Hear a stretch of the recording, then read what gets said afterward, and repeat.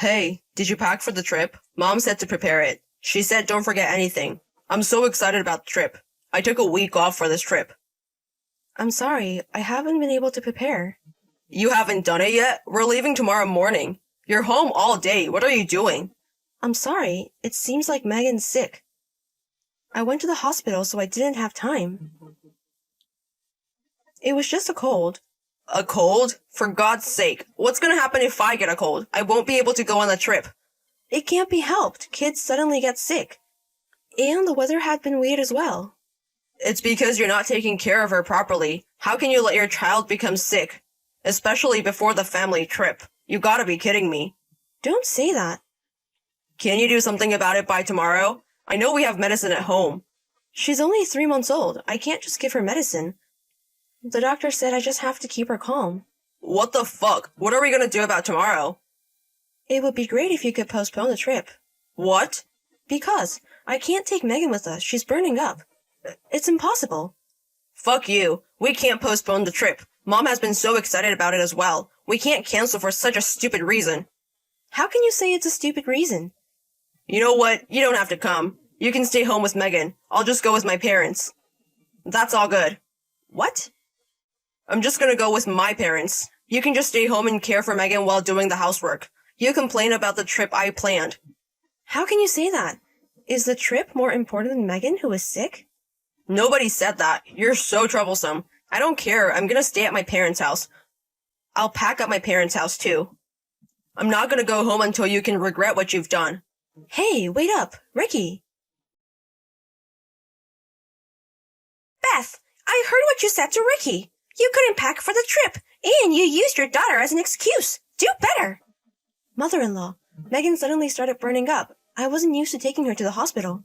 Stop making excuses. How can you trouble your husband just because your child is sick?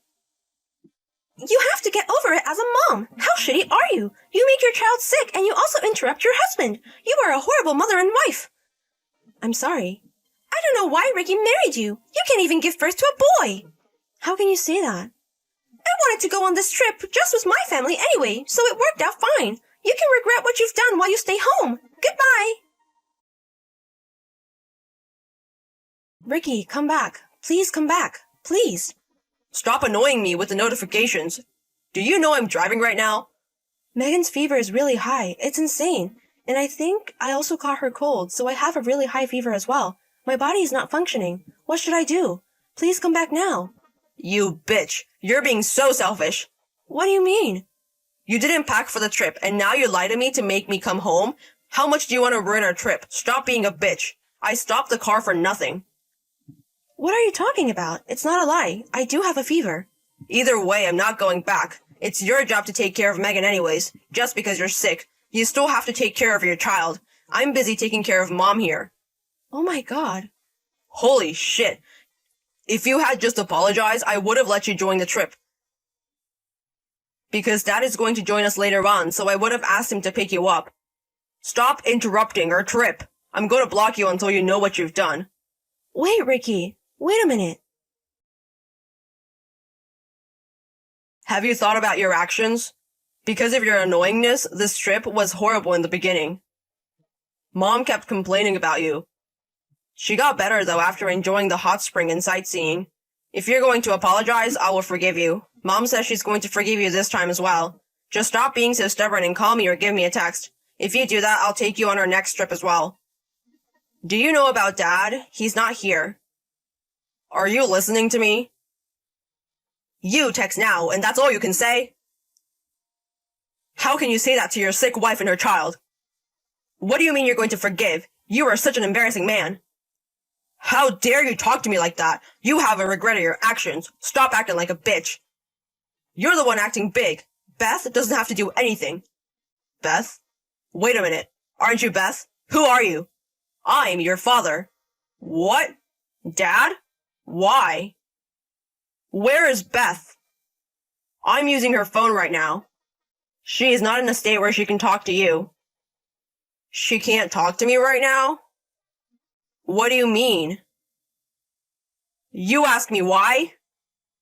Do you know what you've done? What do you mean?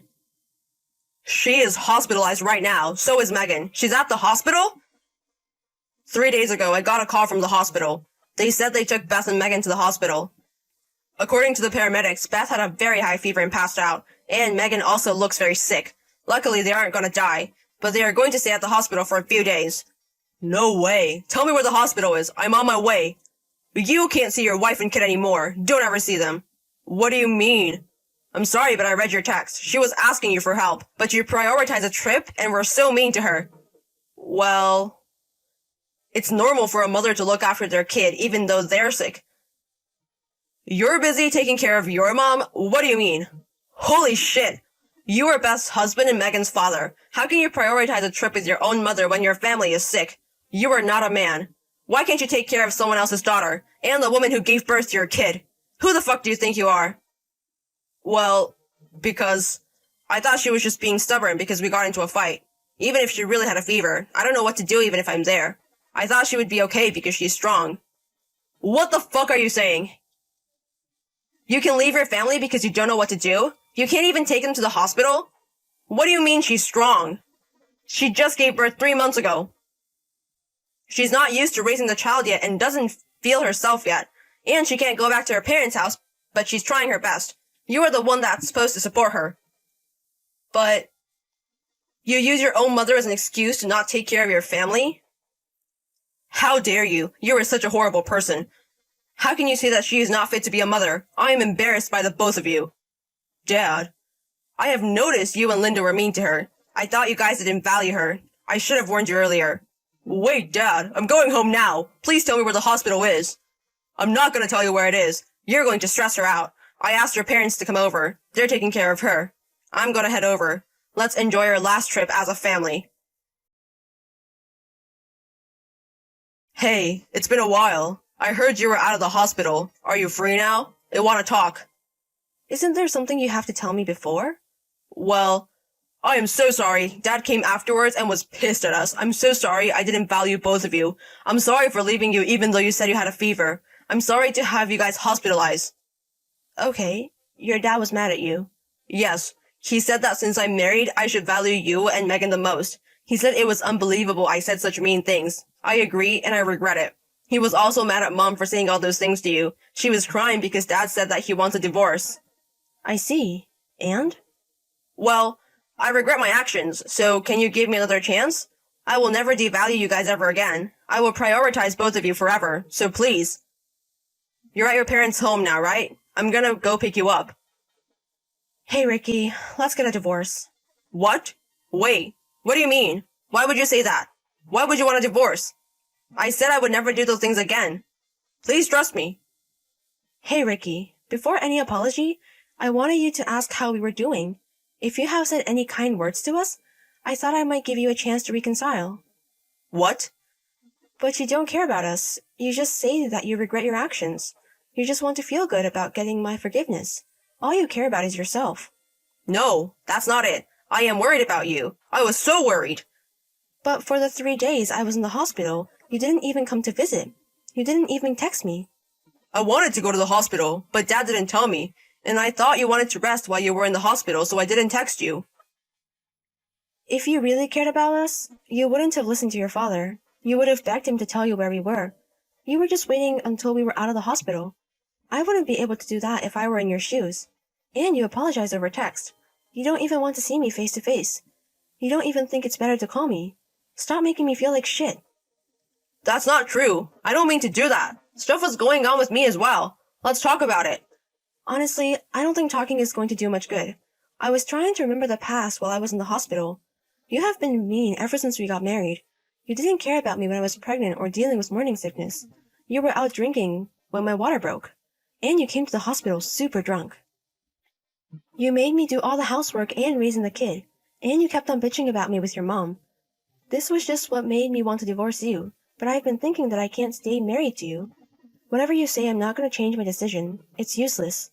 Please don't say that. I'm sorry. I will apologize 1,000,000 times. I will help with Megan in the house. I will change. It's impossible for you. You can't change for us.